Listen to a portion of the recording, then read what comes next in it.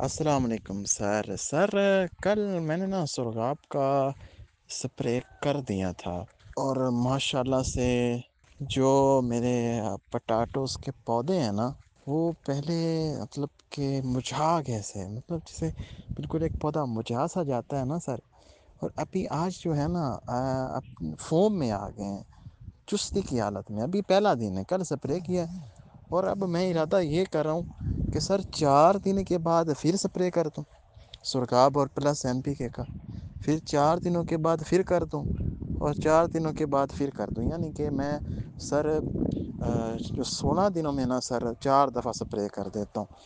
اور آلو کی جو فصل ہے سر، یہ مہنگی بھی بہت ہے اس ٹائم ماشاءاللہ سے۔ ایک جو بیگ ہوتا ہے اس کا، ایک بوری جو ہوتی ہے، وہ 4 سے 4.5 ہزار پڑ کھڑی ہے۔ تو سر یہ قیمتی فصل بھی بہت ہے۔ باقی اگر آپ مجھے بتا دیں، اگر 4 دنوں میں نہ کروں تو پھر نقصان بھی نہ ہو، 4 دنوں میں کر دوں تو یہ بھی نہ ہو کہ بجائے اسے کہ فائدہ اٹھانے کے نقصان ہو جائے، تو اس لیے بس بات کرنے کا مقصد یہی ہے۔ باقی سرغاب نے تو ایک دن میں ہی مجھے یہ بظاہر رزلٹ دیا ہے، کیونکہ میں تو پھر 24 گھنٹے بھی اپنی فصل کے پاس ہوتا ہوں سر۔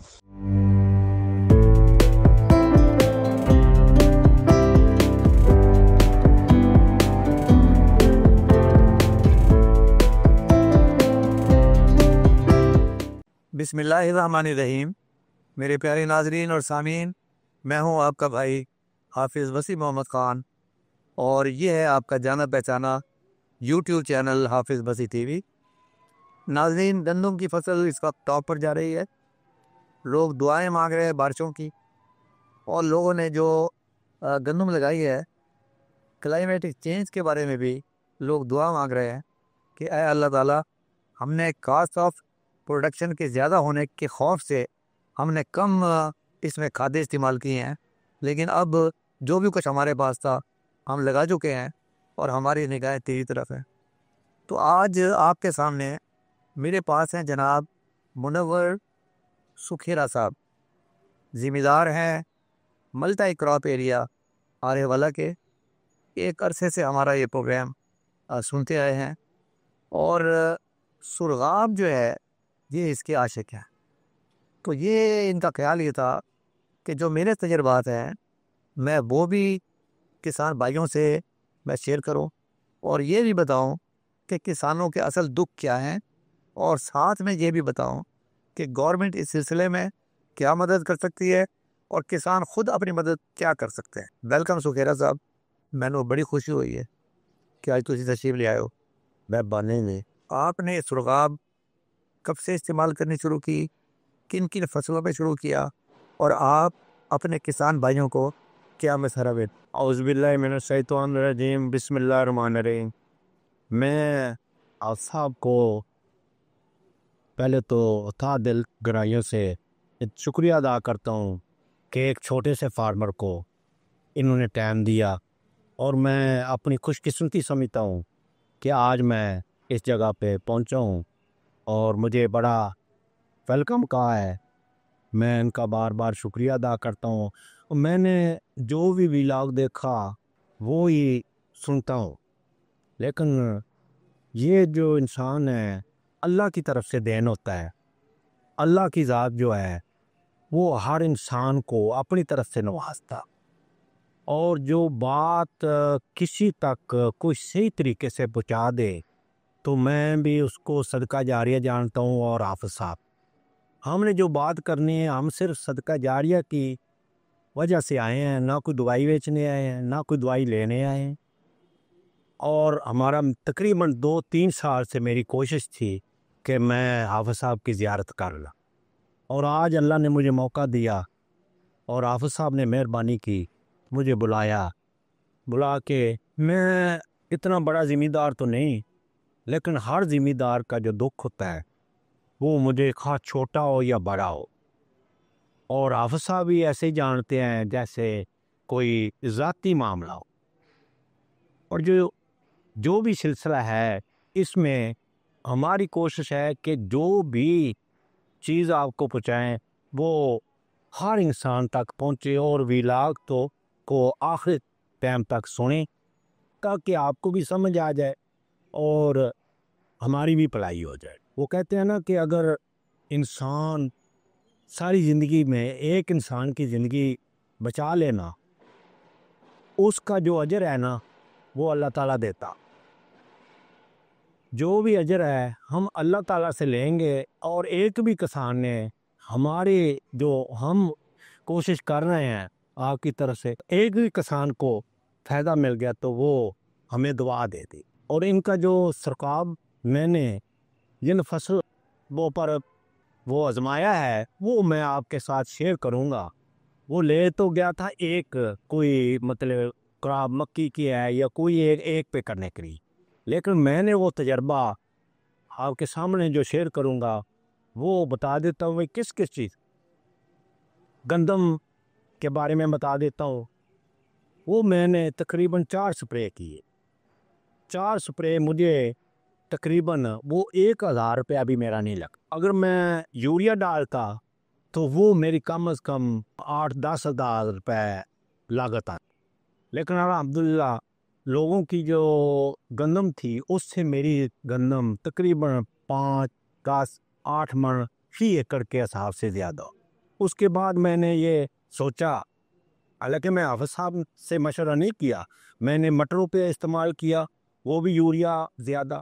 پھر میں نے میرا کو امرودوں کا باغ ہے، میں نے امرودوں کے باغ پہ بھی کی، اور میں ہر 10 دن بعد 15 دن بعد، کیونکہ سلسلہ ایسا ہے موسمی حالات کی وجہ سے، جب یہ دسمبر اور جنوری کا مہینے سے پہلے اتنی سردی پچھلی دفعہ بھی پڑی، تمام لوگوں کے جو باغات تھے نا وہ پت جھڑ لگ گئی، لیکن الحمدللہ وہ باغات میں بھی میرا ایک پتا بھی نیچے نہ گرایا، اور تمام جو فصل تھی وہ میری بڑی اچھی، اور بڑا اللہ کی ذات نے جب منافع دیا تو مجھے اس وقت آپ صاحب یاد آتے تھے، اور میں گھر میں بیٹھے ان کے لیے دعا کرتا تھا، نہیں میرے مولا ایک تو مجھے وہ اس رقم سے بچایا۔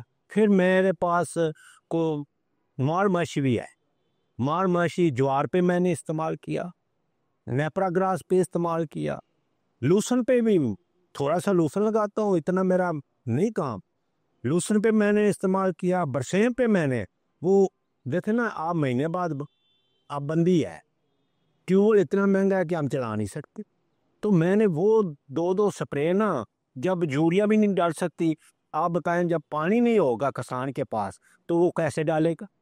ایک ہی حل ہے کہ سرکاب کا لو، اور اس کا اگر نہیں تو یہ میں حافظ صاحب کو تو نہیں ضامن، میں اپنا پتہ لکھا کے جاؤں گا، وہ رقم مجھ سے لے لیں، اگر اس کا فائدہ نہ ہو وہ رقم مجھ سے لے لیں۔ لیکن ذمہ دار جو ہے نا، ذمہ دار ہم میں ہمدار ذمہ دار کیسے جو حالات ہیں نا ذمہ دار کے، وہ بہت پچیتا ہو گئے۔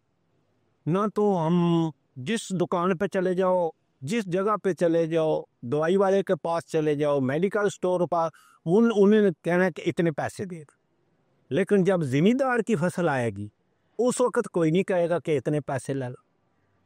ہم جب بھی لے کے جائیں گے ہمارے ساتھ جو ہے زیادتی تو نہیں کہوں گا، بس تھوڑا سا کسی معاملے میں دکھ بھی نہ ہو جائے، کیونکہ دکھ جو ہے نا یہ بات سمجھنے کی ہے، دکھ جو ہے نا وہ نہ کرے پلیز، اور وہ ایسے نہ کرے کہ پتہ نہیں کس پارٹی سے تعلق ہے، ہمارا کوئی پارٹی نہیں، کوئی سلسلہ نہیں، ہمارا صرف اور صرف ذمہ دار کو آگے جانے کا منصوبہ ہے، اگر اس منصوبے میں ہم کامیاب ہوگا تو پاکستان کامیاب ہو۔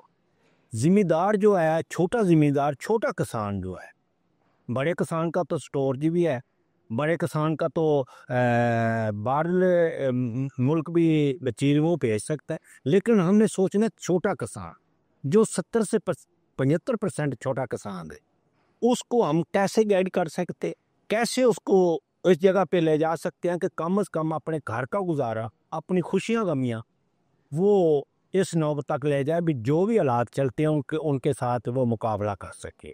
تو میں بہرحال ایسی جو فصلیں ہیں وہ ایسی فصلیں کاشت کرنی چاہیے جس سے ذمہ دار کو زیادہ سے زیادہ منافع ہونا چاہیے۔ یہ نہ ہو کہ میں نے کاشت کر لی مکئی، میرے پاس وسائل بھی ہے، میرے پاس ٹریکٹر بھی ہے، میرے پاس ٹیوبل بھی ہے،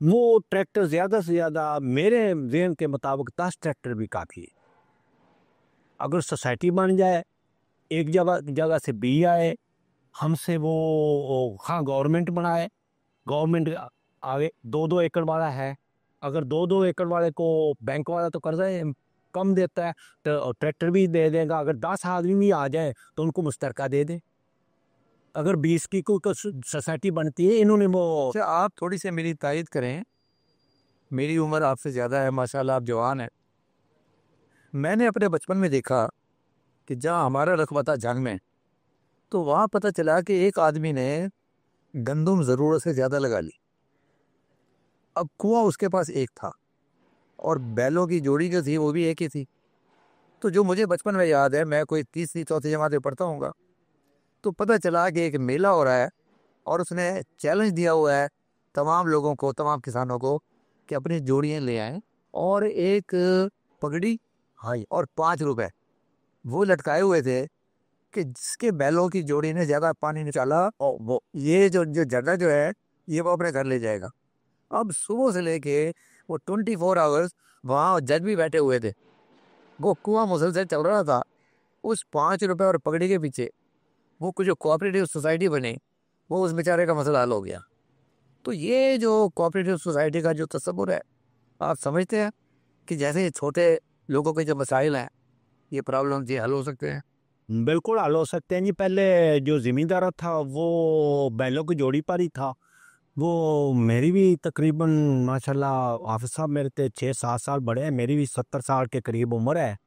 وہ جب ہم باہر جاتے تھے نا تو سارے دوستوں کو کہہ دیتے تھے کہ آج آپ کی جوڑی نہیں ادھر آنا. نہ کوئی ڈیزل کا خرچہ تھا، نہ کوئی پٹرول کا خرچہ تھا، کوئی نہیں سی. ایک دوسرے کا جو ہے نا وطر، ہم تو وطر بولتے ہیں، وہ ہم اس وقت کاشت کرتے تھے، کوئی خرچہ نہیں تھا. وہ میری زندگی میں تقریباً یوریا جو ہے نا ایک دفعہ لے آئے تو ہمارے نوکر نے کھا لی تھی چینی سمجھ کے. لیکن یہ سوسائٹی بن جائے نا، گورنمنٹ کو چاہیے کہ ایسی چیز جو ڈالر رہے. کیونکہ پاکستان کا اس وقت مسئلہ تو ڈالر ہی ہے، ڈالر نظر آ رہے ہیں. آئی ایم ایف جب مرضی ہمارے گردن پر انگوٹھا رکھے وہ سائن کروا لیتا ہے، تو لہذا اس کا علاج جو ہے وہ آپ کو ڈالر کی شکل. ڈالر اور چھوٹے زمیندار جس طرح یہ ان کے ساتھ تعامل کریں گے، انشاءاللہ ہم تمام جو بھی چھوٹی زمیندار ہیں ان کو کہیں یہ کرنا ہے.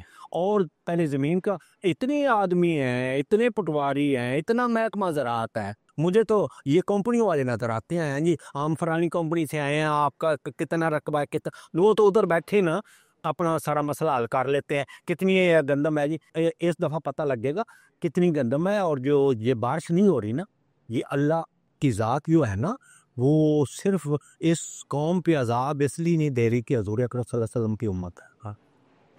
یہ امت کی وجہ سے. ویسے کچھ قومیں جو آئی ہیں وہ ناپ تول کے حساب سے ختم ہوئی، اور کچھ قومیں جو ہیں وہ میں قرآن اور حدیث سے ثابت کروں گا کہ کچھ قومیں ایسی ہوئی جنہوں نے صرف ایک ڈاچی کے پاؤں کاٹے یا مطلب مچھلی کا شکار کیا. تو آپ پہ اللہ کا کرم ہے، یہ حضور کا صدقہ ہے، حضور اکرم صلی اللہ علیہ وسلم کی امت کی وجہ سے. اچھا سکینہ صاحب یہ بتائیے گا، کچھ کام آپ ماشاءاللہ آپ کا امرودوں کا باغ بھی ہے، تو اس لحاظ سے آپ کیا سمجھتے ہیں کہ کون کون سے کام اگر گورنمنٹ کر دے یا پرائیویٹ سیکٹر کر دے تو جو امرودوں کے جو باغ ہیں یا اور بھی باغ ہیں، مطلب امرودوں کے نہیں ہیں، اس کے علاوہ اور بھی ہیں، تو وہ کون سی چیز ہے جس کی بنیاد پر اسے کہتے ہیں پوسٹ ہارویسٹ لاس، کہ جس چیز پیدا ہو گئی لیکن لینے والا کوئی نہیں ہے، اور اس کو اگر ویلیو ایڈ کر لیں تو وہ کسان کا بھلا ہوگا. وہ آپ کی رائے کیا ہے؟ میری گزارش ہی کر سکتا ہوں، یہ رعایت نہیں دے سکتا. اس میں گزارش یہ ہے کہ جتنا بھی گرمی کا پھل ہوتا ہے وہ امرود کا وہ تمام کا تمام ضائع ٹنوں میں ہوتا ہے. وہ سوچ نہیں سکتے کہ اتنا لوگوں نے لگایا ہے. اور ہم جو جائیں گے کسی شاپنگ سینٹر پہ تو کہیں گے کہ گاوا کا جو جوس ہے نا وہ مجھے دے دو، وہ میں دے کو اچھا. میں تو گزارش کروں گا، میں ایک غریب آدمی، اگر آپ حافظ صاحب کہیں گے لاہور کے ہر چوک میں ہمیں گرمی اور سردی 70 سے 75 روپے یا 80 روپے امرود چاہیے ایک کوالٹی کا، جو آپ کو لاہور میں 200 روپے 250 روپے کلو مل رہا ہے،